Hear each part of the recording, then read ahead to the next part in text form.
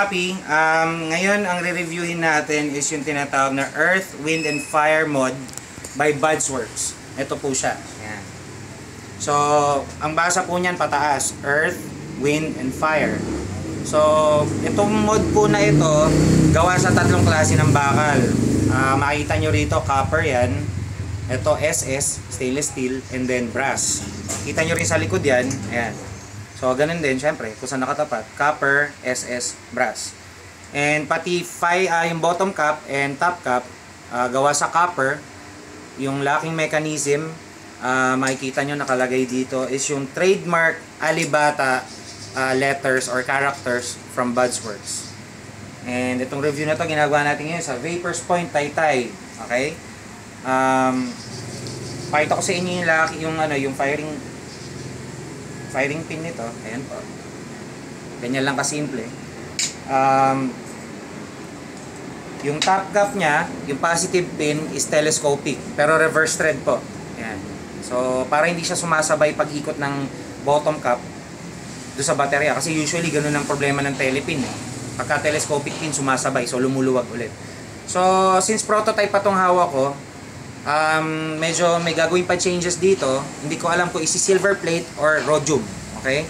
So, i-update ko kayo once na nabigay na sa akin yung particulars regarding this. And, yung tube mismo, makikita nyo sa loob, ayan. Ayan. At ito pong makikita nyo, kaya kulay itim, ang tawag po dyan is Cerakote. Ceramic coating po ang ginamit dito. Okay? So, ito pong isang tubo na to, pwede nyo gamitin for 650, 490, saka 350 na baterya. Paano po gagamitin tong tatlong to? Kasi ang sukat dito is yung 650 lang. Ayan. Meron po itong kasama na dalawang adapter. Yan po. Pure Delrin na adapters with copper, solid copper contacts. So, tagusan po yan. Makikita nyo. Ito po ipapasok nyo dyan.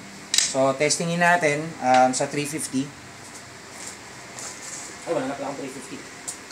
Medyo low bat na to, pero tatry ko pakita ko lang sa inyo kung paano pinapasok. Pag 350 po, since may adapter, sagad nyo pababa. Sagad nyo yung pin niya. Ayan. So, kabit natin dito. Palagi nyo pong uunahin ikabit yung adapter. Ayan. Nakita nyo sa sobrang tight, mabagal bumaba. Ay, baliktad.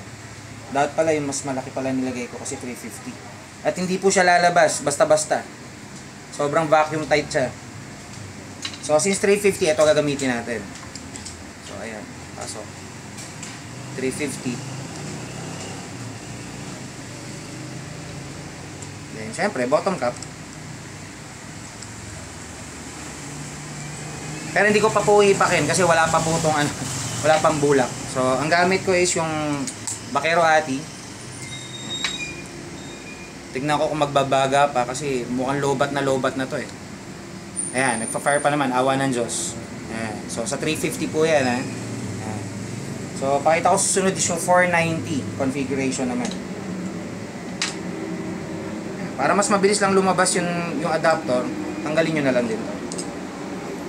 So, ulit, balik natin to. Babaan ng konti dahil sa 490 naman.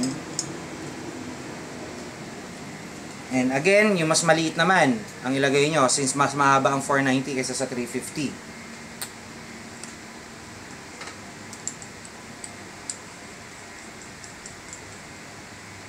Ayan.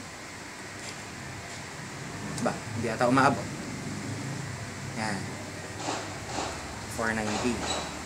So, kung may mga baterya kayo na usually ginagamit nyo lang for iba-ibang mod pa, magdadala pa kayo iba-ibang tubes, ito, ang dadali nyo na lang, ito lang. Mas magaang na, hindi pa kayo matatakot na baka malaglag, magasgasan, since nasa loob lang naman to. And, ang pagkakaalam ko is ito, gagawin pang mukha talagang baterya. So, antay-antay lang kayo since, kasabi ko kanina, prototype pala itong hawak ko. So, magkakaroon pa siya ng mga changes pa. Okay, so since nakita nyo na yung sa 350 saka sa 490, siyempre 650 na lang yung natitira. Kakabit yung 650, pero magkakabit muna ang bulak para makita nyo kung paano siya mag-fire talaga. With build, yung kung gagamitin nyo wick or bulak or kung anong preference nyo. And then, para makita nyo yung vapor production. Wala akong bulak.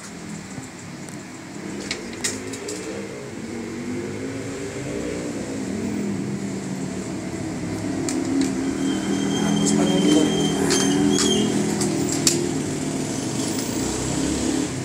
And by the way, yung ceramic coating, sa mga hindi nakakaalam, usually ginagamit talaga to sa barrel.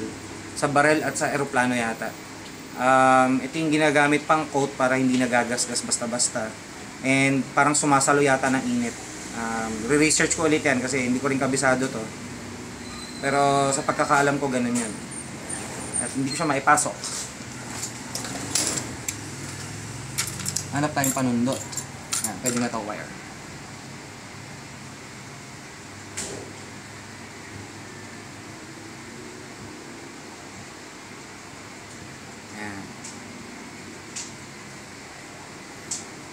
Ang gamit ko ay ang kinalolokohan ng lahat ngayon na gumagamit ng bulak, Muji cotton. And masarap talaga siya, promise. Mas siksik, mas maganda mag-absorb ng juice. Sarap gamitin. Kaya lang, ika nga ng mga nagpo-post, vape at your own risk. Dahil may debate na tungkol dyan. Yan. Putulin ko muna.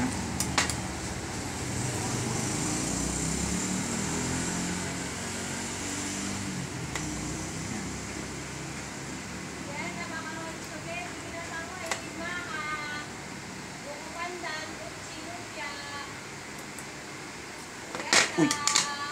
Ang gagamitin natin na juice is Chucky from Conjure. Okay. Lagyan natin ang juice.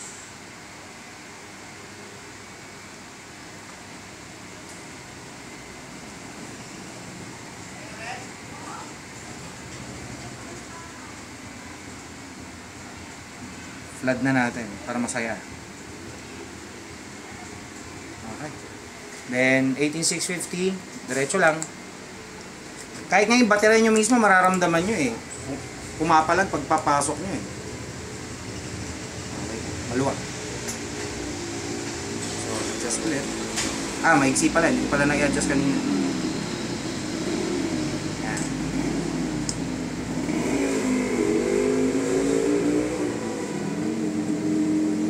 Yan po.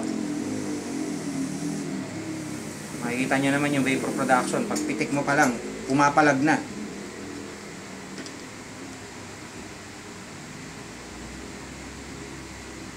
Okay, testing. Testing.